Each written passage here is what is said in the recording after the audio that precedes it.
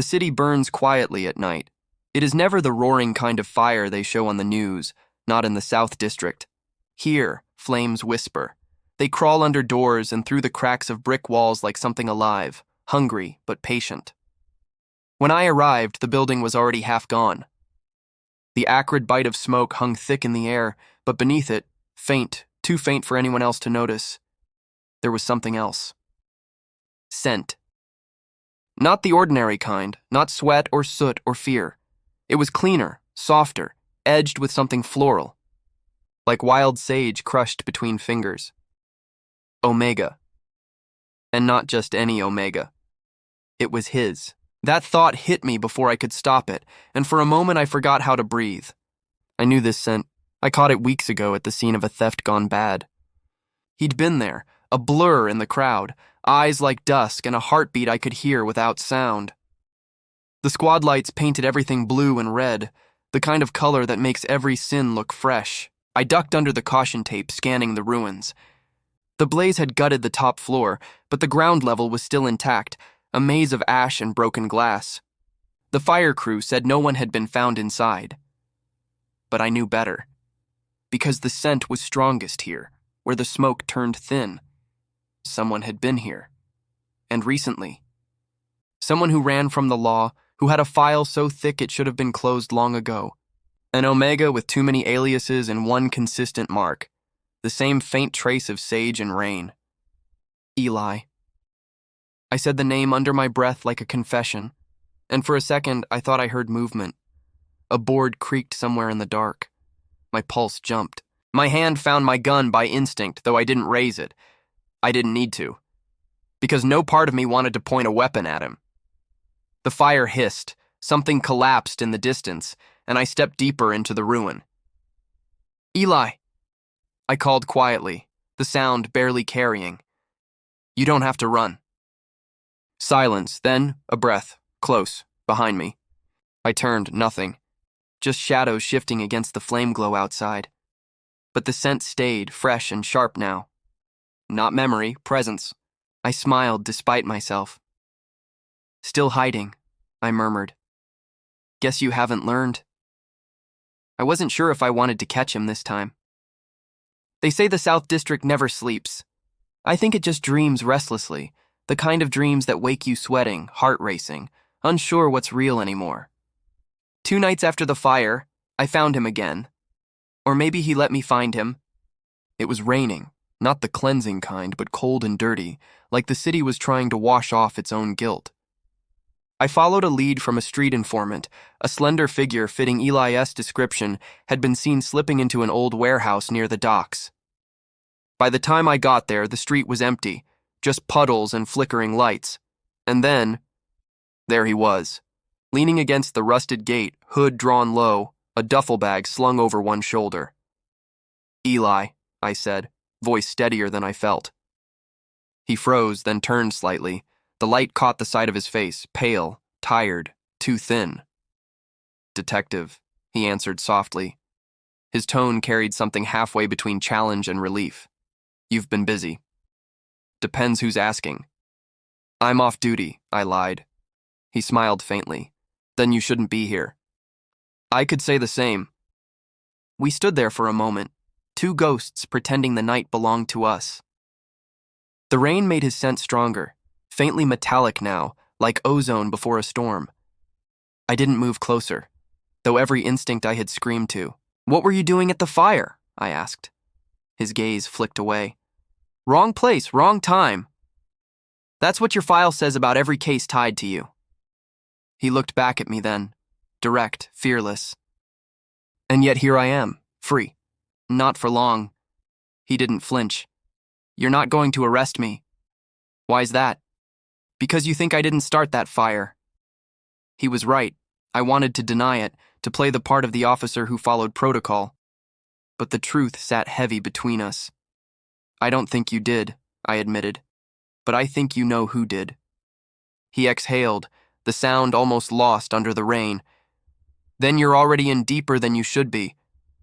Try me. He shifted, as if deciding something.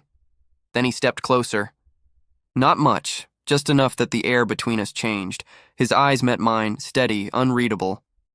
"You should walk away, Ryan." The sound of my name in his mouth hit harder than I expected. I swallowed. "You know I can't. You don't know what they'll do if you keep digging." "Who?" But he didn't answer. Instead, he brushed past me, shoulder grazing mine lightly, a spark through the damp fabric of my coat. My pulse stuttered. When I turned, he was already walking away, disappearing into the mist and neon. I should have stopped him.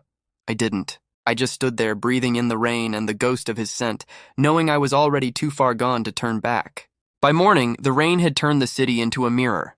Every street reflected a different lie. I sat at my desk, half-cold coffee beside the case files I wasn't supposed to have open. Eli's name was on the top sheet, written in my own handwriting. I told myself I kept looking at it because it was evidence. That was a lie. The precinct hummed with the usual noise, phones, the clatter of boots, laughter that didn't quite reach the eyes. To them, I was the same Rian Voss, the dependable alpha who closed cases and never talked about himself.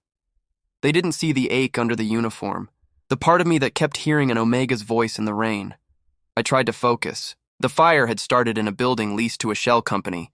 The owner's name traced back to the Solace Group, one of those private security firms that's more shadow than business. And Eli had worked for them once. I didn't have enough to make a move, but I couldn't let it go. By noon, I was at the records archive, pulling everything the system had on Solace. Most of it was redacted, of course. Still, a few dates stood out. Payments, shipments, something about experimental biotech. And then, tucked between reports, a photo. Eli. Standing beside a black van, holding a clipboard, eyes turned away from the camera. There was another figure beside him, an alpha I recognized from the Force, Captain Marin Holt, my mentor. I stared at the picture for a long time before sliding it into my coat. When I left the archive, the world felt smaller. That evening, I found myself back near the docks. The same smell of rust and salt, the same pulse under the concrete. I told myself it was routine, canvassing witnesses, gathering statements, but I was looking for him, and I found him. This time, he wasn't running. He sat on the edge of the pier, knees drawn up, hood off. The last light of sunset cut across his face, turning his hair the color of old gold. "You really don't know when to quit," he said without looking up. "Occupational hazard," I answered. He glanced at me, eyes tired. "You read the file." "I did." "Then you know I was part of Solace. I walked out when I realized what they were doing." "Which was?" He hesitated. "They were experimenting with control serums, synthetic pheromone suppressants, illegal, dangerous. They tested them on Omegas who didn't have a choice." I felt my stomach twist. "You reported it?" "I tried, but Holt shut it down, said I was compromising security. The next week, the lab accidentally caught fire. People died." That word hung there. Died. My chest tightened. "That's the fire from 2 nights ago." Eli nodded. "They're cleaning up, burning the past, and you, detective, are in their way." He looked straight at me then, and whatever wall I'd built between duty and desire cracked wide open. There was no pretense in his eyes, only fear, anger, and something else that shouldn't have been there but was. "Why tell me?" I asked quietly. "Because you're the only one who might believe me." "You don't know that." "I do." He stood, closing the distance. His voice softened. "You've been chasing me for months, Ryan, but you never looked at me like a criminal." I felt the words land like a heartbeat under my skin. "You make it difficult." A faint smile. "That's not an apology, is it?" "No." He tilted his head slightly, searching my face. "You should arrest me. Bring me in. That's the only way you'll survive this." "I can't." The truth was heavier than the gun at my side. He took a slow breath, stepping closer until I could see the tremor in his hands. "Then you'll fall with me." Maybe he was right. For a moment, neither of us spoke. The air between us hummed with everything we couldn't say, the scent of sage, the taste of fear, the pull of something forbidden and undeniable. Then Eli turned away. If you really want to help, meet me tomorrow, Warehouse 17, midnight, no backup. Eli, don't follow me now, he said. They're watching. And before I could answer, he vanished into the deepening dusk, leaving me alone with the sound of the waves and the impossible weight of my own heartbeat. The city looks different after midnight. It breathes slower but deeper, like it knows what it's hiding. Every alley, every flickering streetlight feels like an unspoken warning.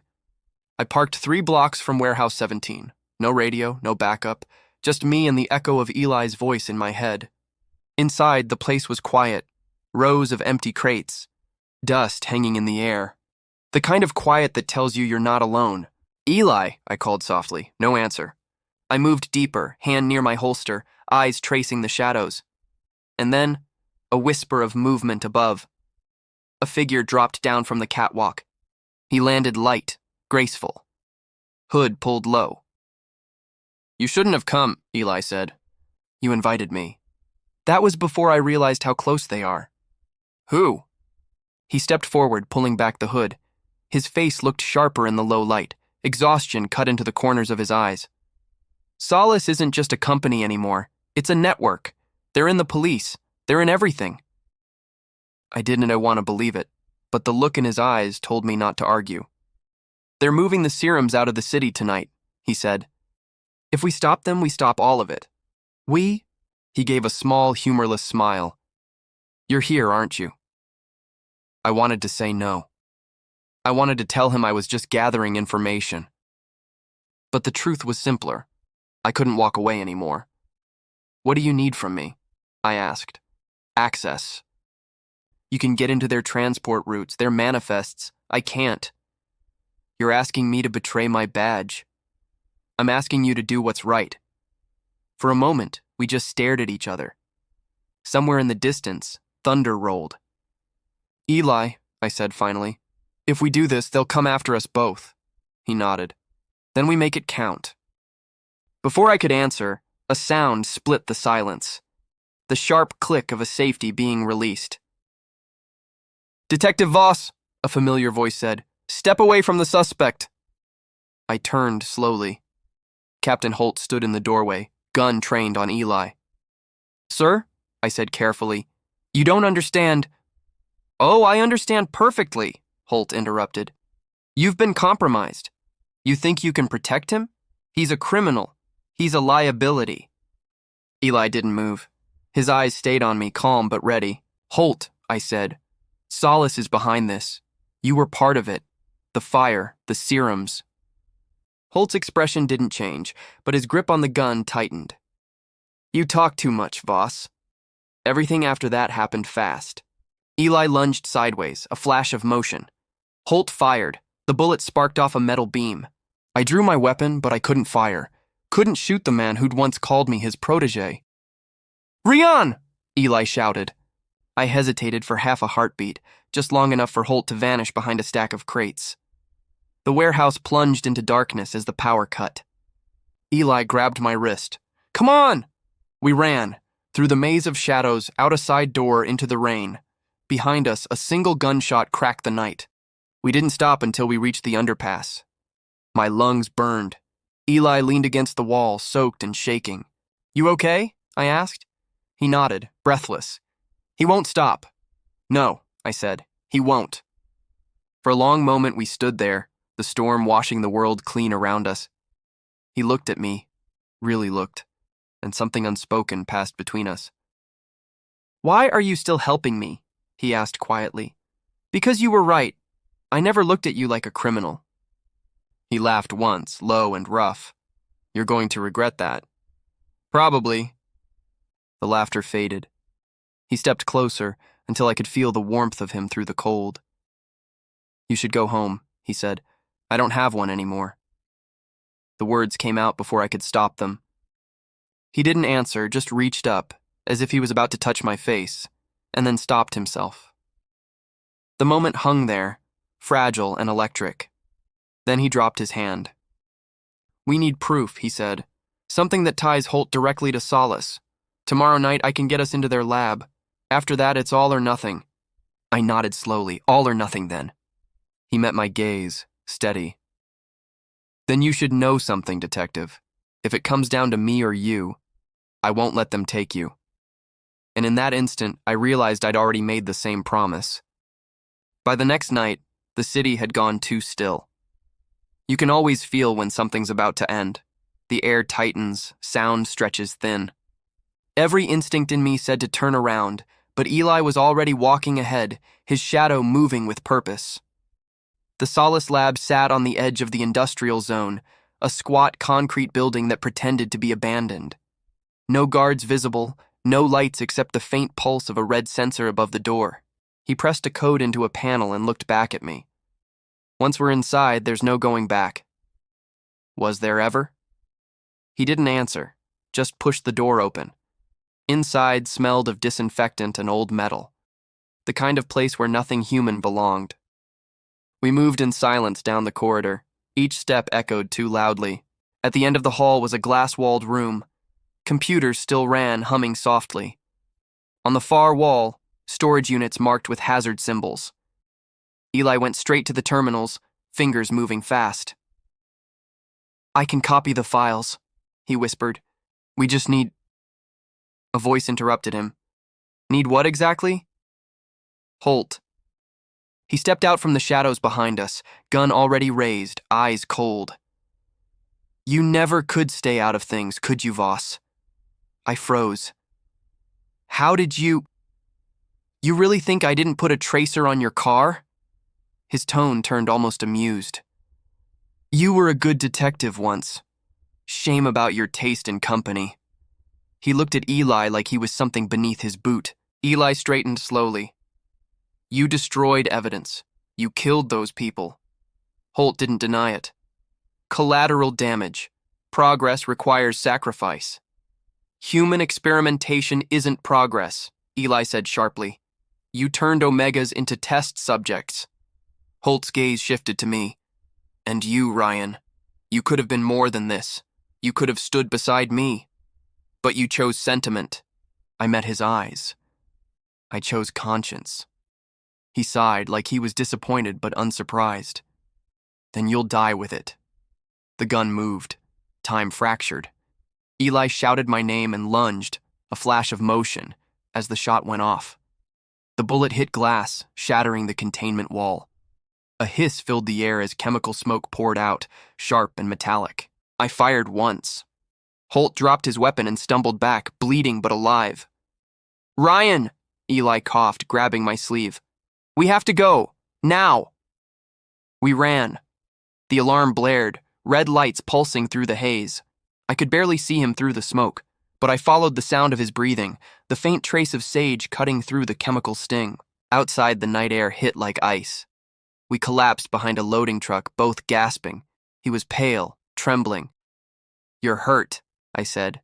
"Not me," he whispered. "You." I looked down, a graze along my arm, nothing fatal. "I've had worse." He laughed weakly, eyes glinting in the dim light. "You always say that." For a long moment we just sat there, catching our breath. The sirens were still distant, but getting closer. "We have the files?" I asked. He nodded. "Everything. Enough to expose them all. Then we go public. They'll try to stop us." I looked at him. "Let them try." He smiled faintly, but there was sadness in it. "You don't get it, do you? You just ended your career for me. Maybe it wasn't worth keeping."